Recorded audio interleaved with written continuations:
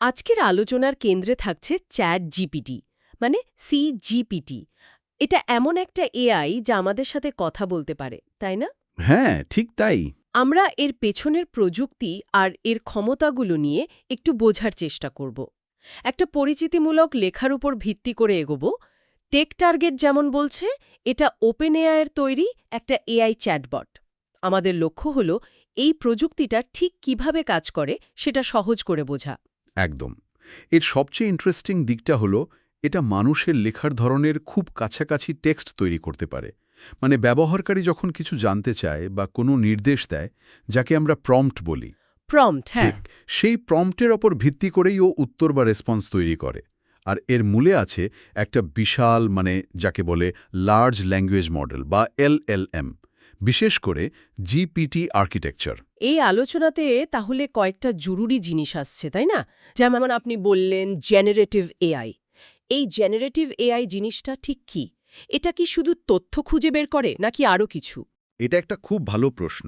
দেখুন, generative AI শুধু data খুঁজে দেয় না, ধরুন তথ্য পুনরাবৃত্তি করা এর কাজ না, বরং এটা নতুন কন্টেন্ট তৈরি করতে পারে। নতুন কন্টেন্ট? যেমন? যেমন ধরুন, আপনি ওকে একটা কবিতার আইডিয়া দিলেন, ও হয়তো আপনাকে একটা সম্পূর্ণ নতুন কবিতা লিখে দিল। এটা সম্ভব হচ্ছে কারণ ও যে বিপুল ডেটা দিয়ে ট্রেনিং পেয়েছে, সেটা বিশ্লেষণ করে নতুন কিছু তৈরি করতে শেখে। এটাই একে আগের এআইগুলোর থেকে আলাদা করে তুলেছে। এর মধ্যে একটা সৃজনশীলতার ব্যাপার আছে। বাহ, দারুণ তো! তার মানে এটা শুধু তথ্য দিচ্ছে না, সৃষ্টিও করছে। আচ্ছা, তাহলে এটা মানুষের ভাষা এত ভালোভাবে বোঝে কিভাবে? এখানে কি ওই যে ন্যাচারাল ল্যাঙ্গুয়েজ প্রসেসিং বা এনএলপির ভূমিকা? ঠিক ধরেছেন, একদম। ন্যাচারাল ল্যাঙ্গুয়েজ প্রসেসিং বা এনএলপি, এটাই চ্যাট জিপিটিকে সাহায্য করে মানুষের ভাষার সূক্ষ্মটা বুঝতে। কথার প্রসঙ্গ কি, বলার উদ্দেশ্য কি, এমনকি লেখার ধরন বা টোন, এই সব কিছু। ও আচ্ছা। এটা শুধু শব্দের মানে বোঝে না, বরং পুরো বাক্য গঠন, বিভিন্ন শব্দের মধ্যে সম্পর্ক, এই সব জটিল জিনিস বিশ্লেষণ করে। এই কারণেই তো আমাদের কথা এত সহজে বুঝতে পারে আর বেশ স্বাভাবিক উত্তরও দিতে পারে। বুঝলাম। তাহলে এনএলপি ভাষার দিকটা দেখছে, আর আপনি যে বললেন জিপিটি আর্কিটেকচার, এই জিপিটির পুরো কথাটা কি? এর মানেটা কি? আচ্ছা, জিপিটি মানে হল জেনারেটিভ প্রি-ট্রেন্ড ট্রান্সফর্মার। এখানে দেখুন ৩টে অংশ আছে। জেনারেটিভ মানে তো ওই নতুন কিছু তৈরি করার ক্ষমতা, যেটা নিয়ে আমরা কথা বললাম। হ্যাঁ, বললাম। প্রি-ট্রেন্ড মানে হল একে আগে থেকেই বিশাল পরিমাণ ডেটা দিয়ে ট্রেনিং দেওয়া হয়েছে, ও নিজে নিজে শিখে তৈরি হয়ে আছে। আর ট্রান্সফর্মার, এটা হলো একটা বিশেষ আর্কিটেকচার, একটা মডেলের গঠন আর কি, যেটা ভাষাকে প্রসেস করতে খুব দারুণ এফিশিয়েন্ট। বিশেষ করে লম্বা টেক্সটের মধ্যে বিভিন্ন অংশের সম্পর্ক বুঝতে এর জুড়ি নেই। এই প্রি ট্রেন্ড অংশটা নিয়ে একটু জানতে চাই। লেখাটাতেও বলা হয়েছে বিশাল ডেটা সেটের ওপর ট্রেনিং দেওয়া হয়।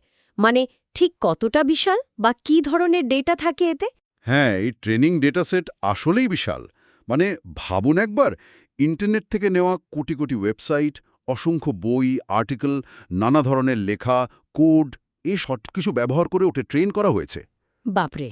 এই বিপুল পরিমাণ টেক্সট আর কোড থেকেই ও ভাষার ব্যাকরণ, শব্দের ব্যবহার, বিভিন্ন লেখার স্টাইল, এমনকি বিভিন্ন বিষয়ের তথ্য সব শিখে নেয়। এই প্যাটার্নগুলো চিনতে পারে বলেই তো ও এত রকম কাজ করতে পারে।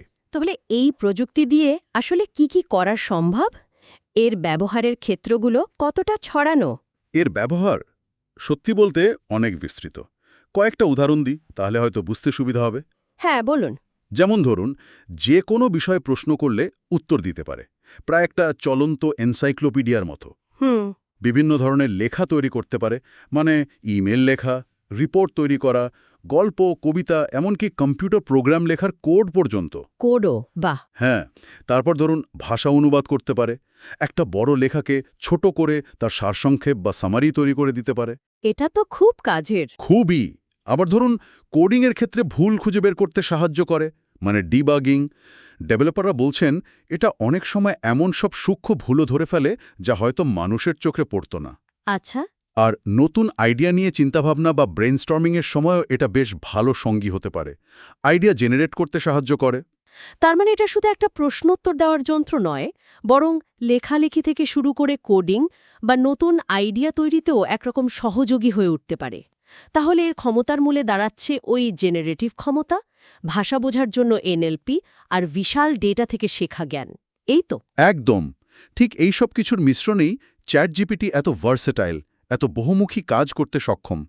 এটা তথ্য বিশ্লেষণ আর নতুন কিছু তৈরি করার একটা দারুণ শক্তিশালী টুল। তাহলে আজকের আলোচনা থেকে একটা বিষয় বেশ স্পষ্ট হলো, চ্যাটজিপিটি একটা অত্যন্ত শক্তিশালী conversational AI. Generative AI, NLP আর বিশাল ডেটাসেট এইসবের উপর ভিত্তি করে এটা নানা ধরনের কাজ করতে পারে। একে সত্যি খুব সম্ভাবনাময় মনে হচ্ছে। হ্যাঁ, অবশ্যই। তবে এখানে একটা জিনিস কিন্তু ভাবার মতো, মানে যেহেতু এই এআই মডেলগুলো তাদের ট্রেনিং ডেটা থেকেই শেখে, হুম। তো সেই ডেটার মধ্যে যদি কোনো রকম পক্ষপাত মানে বায়াস বা ধরুন অসম্পূর্ণতা থাকে, তাহলে সেটা তো ওর তৈরি করা উত্তরেও রিফ্লেক্ট করতে পারে, তাই না? হ্যাঁ, তা তো পারে। এটা একটা গুরুত্বপূর্ণ দিক। এই প্রশ্নটা হয়তো ভবিষ্যতের আলোচনার জন্য তোলা রইল। কিভাবে এই সীমাবদ্ধতাগুলো সামলানো যায় বা এর প্রভাব কতটা হতে পারে সেটা নিয়ে আরও ভাবা দরকার।